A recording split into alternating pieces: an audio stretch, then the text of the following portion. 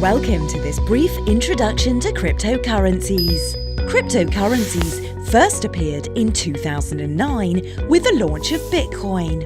In 2008, the year before Bitcoin became a reality, its creator, under the pseudonym Satoshi Nakamoto, released a white paper explaining the original cryptocurrency. This outlined both the concept behind Bitcoin and the blockchain technology it would run on. While there are rumors, it has never been confirmed who Satoshi Nakamoto really is. The Bitcoin white paper described how the cryptocurrency would solve the perceived problems of traditional fiat currencies like the US dollar, pound sterling, the euro and yen.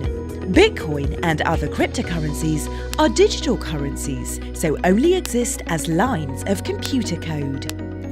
Unlike currencies issued by central banks, Bitcoin and other cryptocurrencies have a fixed number. New units cannot be printed. This means no devaluation and inflation eroding savings over time as a result of money printing.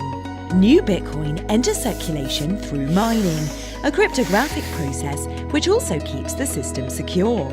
However, this is at a steady pace, and the total circulation is capped at 21 million bitcoins. The blockchain technology behind Bitcoin and subsequent cryptocurrencies means banks and other financial services companies are not required as intermediaries.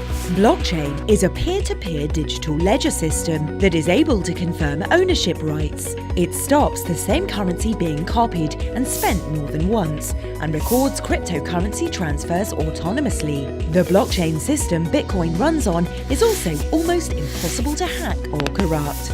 Following the success of Bitcoin, other cryptocurrencies were launched, and now there are hundreds, though only a few have many users. Some are very similar to Bitcoin and can be used instead of cash.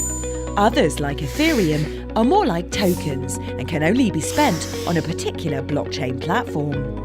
The Ethereum platform is used to create smart contracts.